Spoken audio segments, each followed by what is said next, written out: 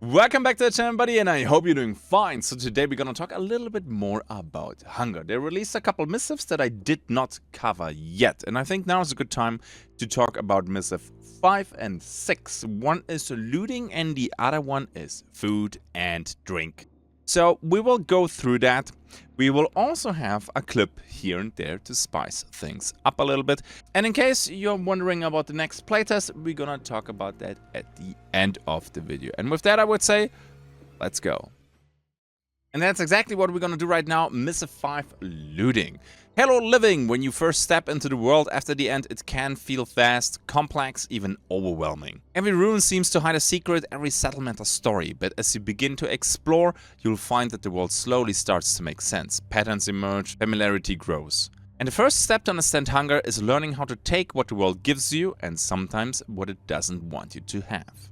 The art of looting. Looting is your first true dialogue with the world. When you enter one of Hunger's regions, you'll find that what you discover often reflects where you are. A lodging camp might yield tools, timber, or food. A barracks could offer weapons, armor, or ammunition. As you explore, you will encounter containers of all kinds, crates, chests, cupboards, and barrels, each containing items suited to its environment. Larger containers have a higher chance of holding multiple items, while smaller ones tend to hold fewer. Every container's contents are driven by its type, size, and a measure of chance. We want you to develop a sense of what should be inside without ever being certain. Familiarity breeds efficiency, but mystery keeps you searching. Even in locations you've visited a dozen times, there's always a chance of finding something unexpected. And this is something that I truly love, and it helps after a while with some experience. You know, of course, which containers are important for my quest, for my dailies.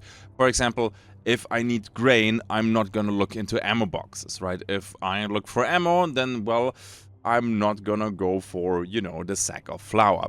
This is also something very important for immersion, and this sounds so trivial, right? But a lot of games still don't do that. And there was one game that I played, and I think it was a Twisted Path to Renown or something like that. I can't remember the title exactly. Well, they did a lot of things kind of meh, but the looting and getting a vibe and a feeling where you can find the exact items you're looking for, they did a great job. And I can see this again in Hunger. And something that really keeps stuff spicy is that you can find even high-tier loot in regular boxes. So whenever I open a weapon crate and it's not even locked, I expect, I don't know, maybe a green weapon, nothing too exciting. But every now and then, for example, during the last tech test that I played for quite a few hours, I pulled legendary weapons out of unlocked weapon containers. Again, keep in mind that balancing and the loot chances, they will most likely be tweaked. Now, before anybody is screaming, well, why should I go into dungeons if I can just find the best loot in regular boxes? The chances are very, very low. And again, they can tweak the spawn chances for that stuff. That is something that will come later. And I played the tech test for, I think, 30 to 40 hours, so don't get confused. This is not like, yeah, okay, I don't have to visit the dangerous dungeons. I can just go into the nearest town, loot there, and I will get good gear. You can, but the chances are not very high. And right here, I think this is a very important topic, so let's read this real quick. Container variety. Not all containers look like containers. Some take the form of piles of earth, corpses to search, sacks of grain, toolboxes, or even birds' nests high on rafters. All follow the same logic. The world rewards curiosity. The more you explore, the more you learn to recognize what might be searchable. A careful eye often finds more than a quick one. And let me explain why I think this is so cool. Because you get rewarded with a little bit of playtime, with knowledge that you know where to go. You can plan your expeditions then. When I have a new character and I go a budget round, I have no armor, maybe I have a Louisville rifle and a dagger, and that's it. I know that I'm not supposed to go to Fonson Rouge. I mean, the chances for good loot is, of course, there, but it's very high risk, high reward. It's making more sense going to a smith location, because there you will find some armor chests that you can loot. And then this armor chest will give you most likely some green or gray armor, but it helps already quite a bit in the game. And when you need better weapons, or if you have no gun at all and just a dagger at the beginning, you will learn where the weapon boxes spawn, because you have these, well, these stagecoaches that are well, stranded on roads, and they can have weapon boxes, and you go there and you will learn these locations. The loot is kinda...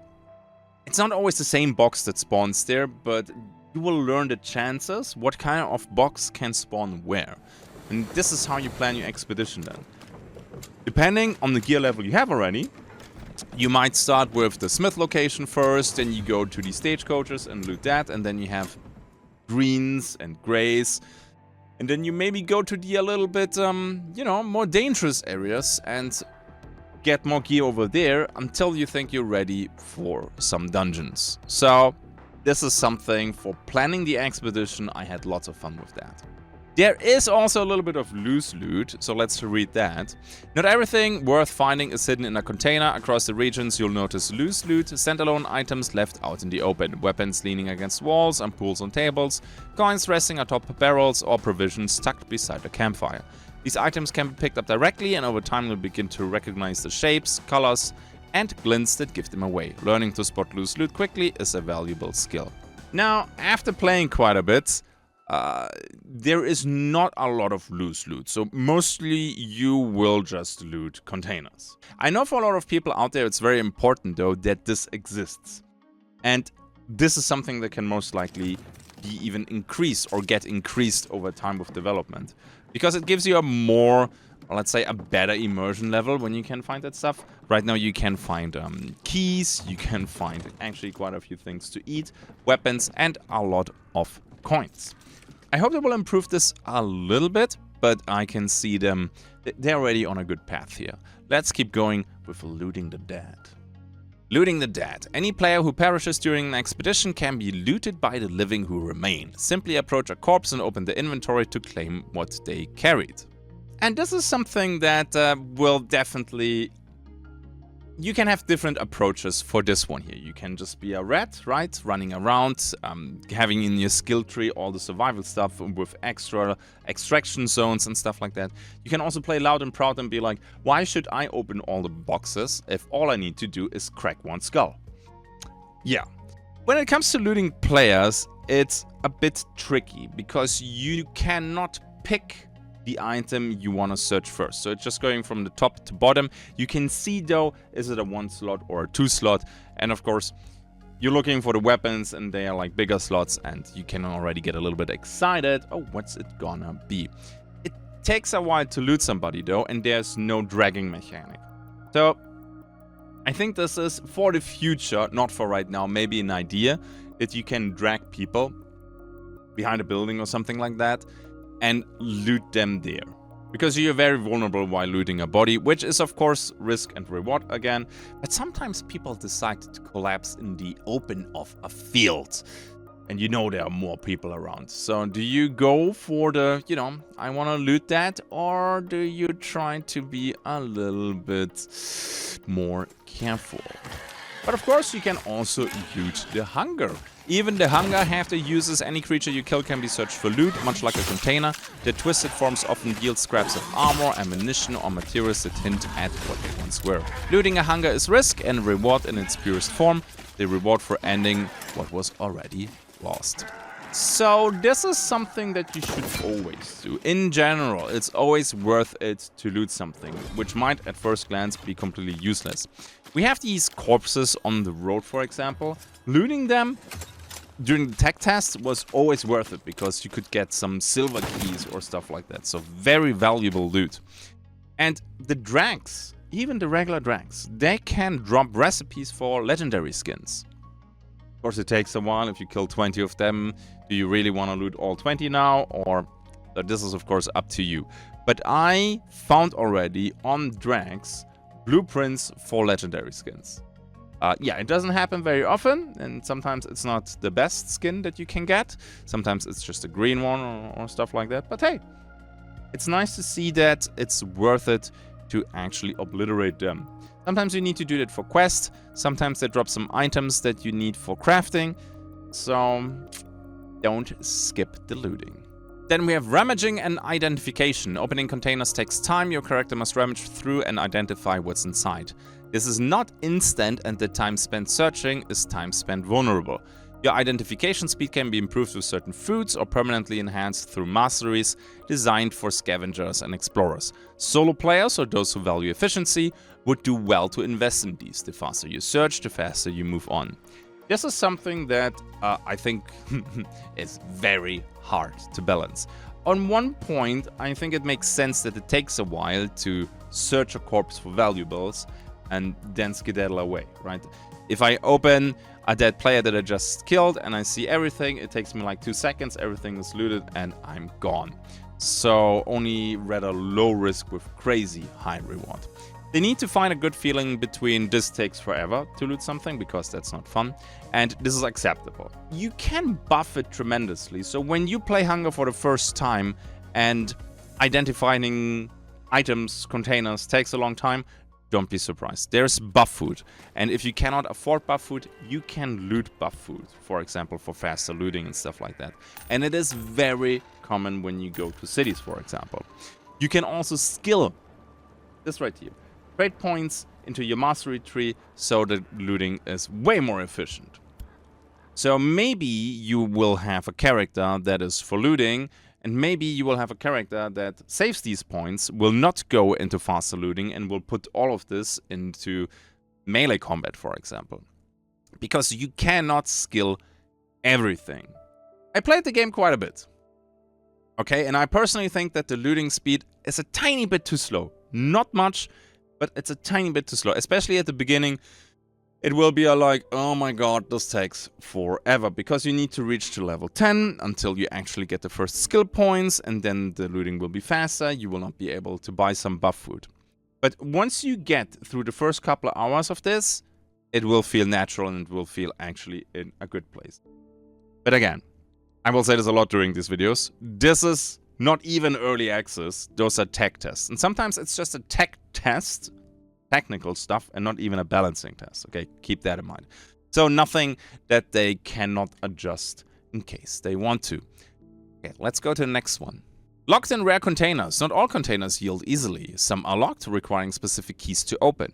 These are rare and valuable, and their contents reflect the effort it takes to reach them. Later, we'll introduce lockpicking, a slower, riskier alternative to keys. Lockpicks will be inexpensive, but will test your patience and precision. Some rare containers have a very low chance of appearing in a given expedition.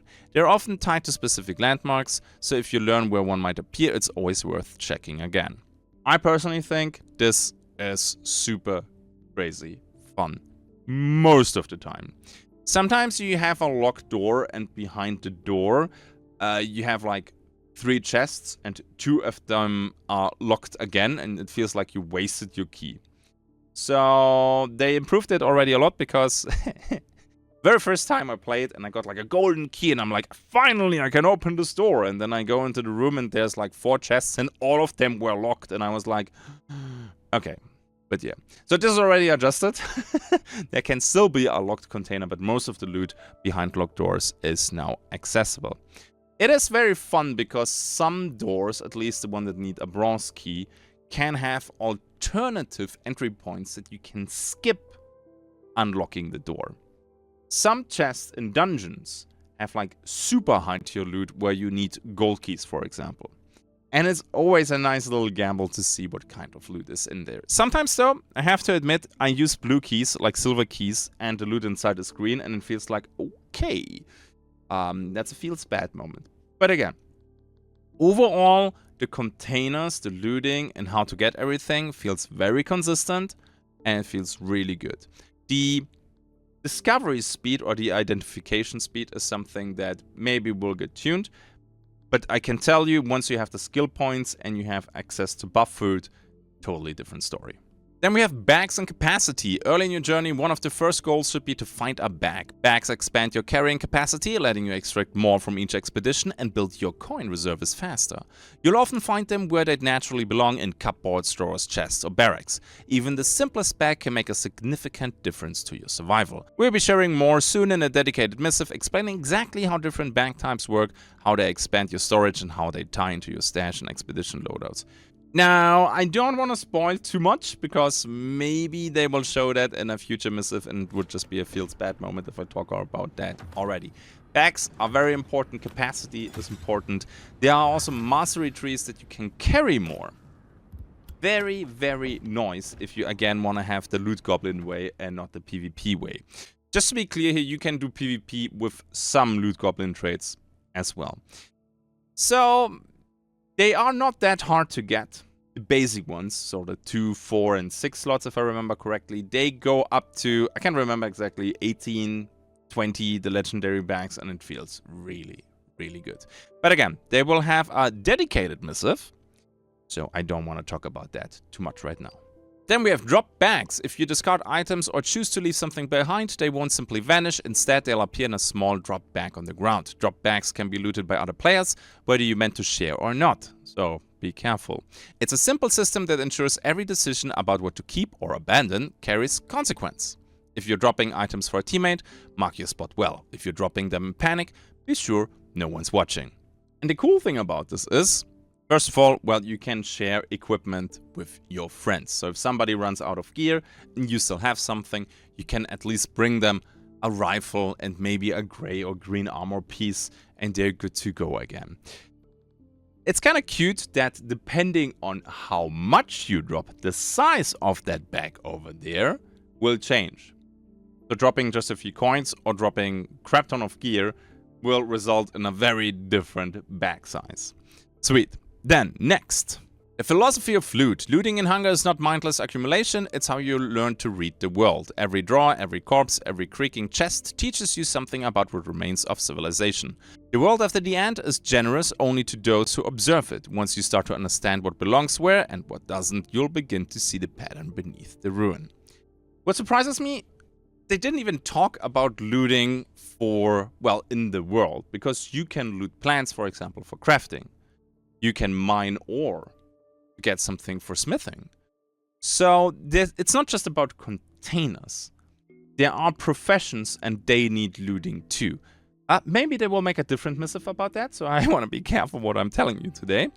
Of course, you're playing a looter. I don't want to say looter-shooter because melee in this game has a very, very huge role. Sweet. So I'm done now with the loot missive. I would jump now to the other one.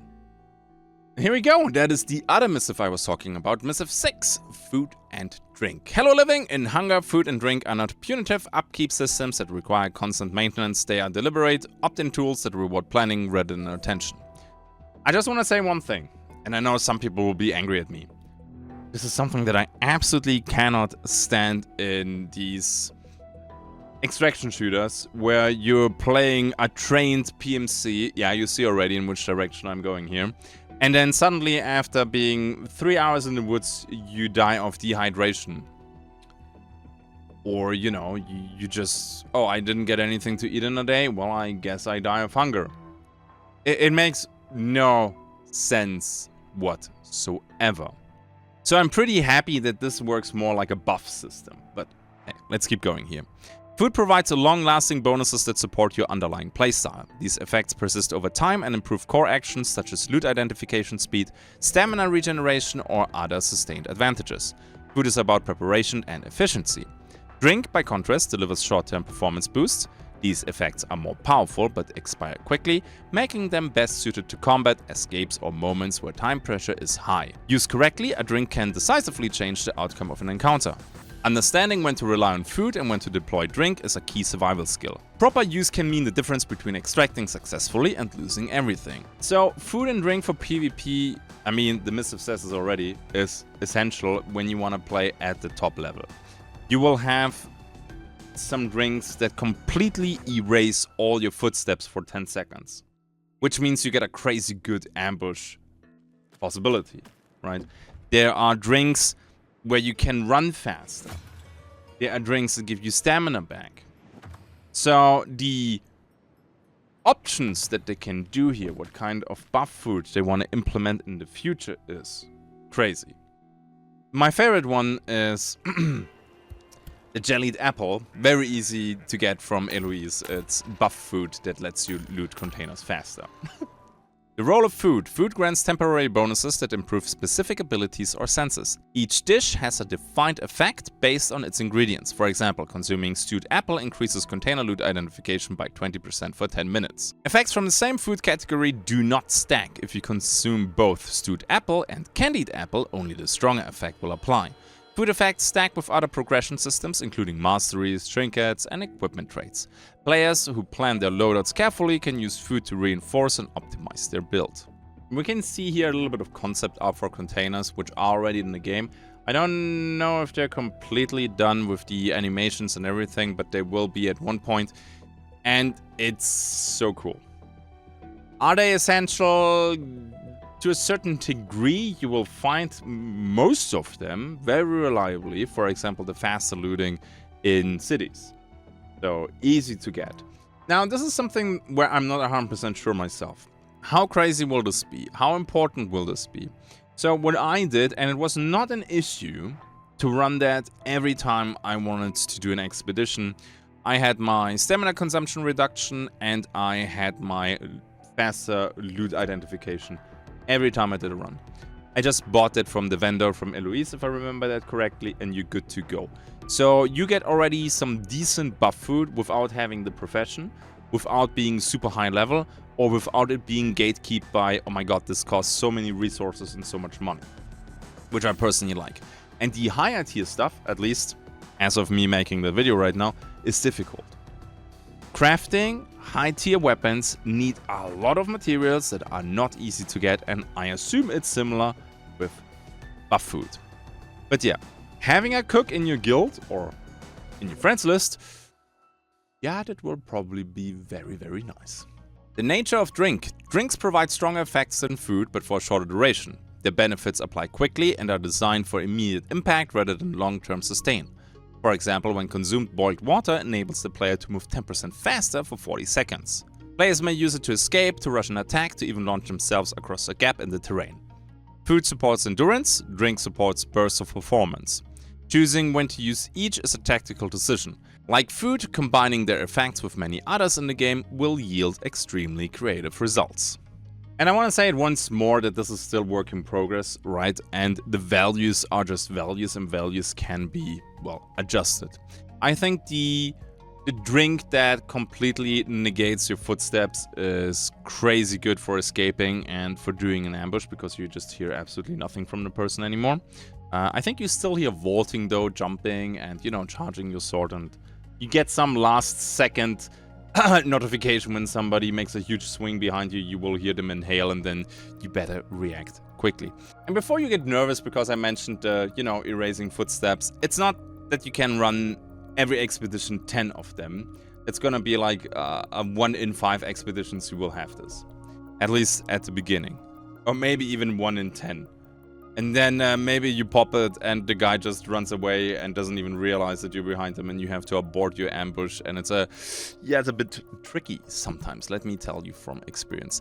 And yes, I'm a bit biased, sure, because I played the game already quite a bit. I'm looking forward to the skill trees that you guys will build, because there are also skill trees that let you use drinks faster. You can then use food and drinks, I think, also while running, while sprinting.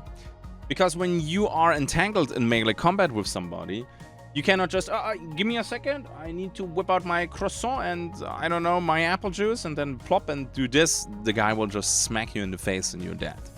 Okay? We will have some crazy builds. We will have, hopefully, lots of videos about crazy builds. And I'm very excited what you guys will build. So let's go to the end of this missive. Preparation of survival. Food and drink must be managed deliberately, like armor and medical supplies. Every bonus contributes to your overall readiness. In hunger, preparation is not optional.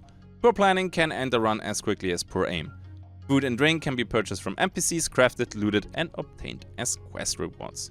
So yeah, as always, let me know really quick before we have one more topic. Let me know in the comment section what you think about all of this, and I hope you're still excited.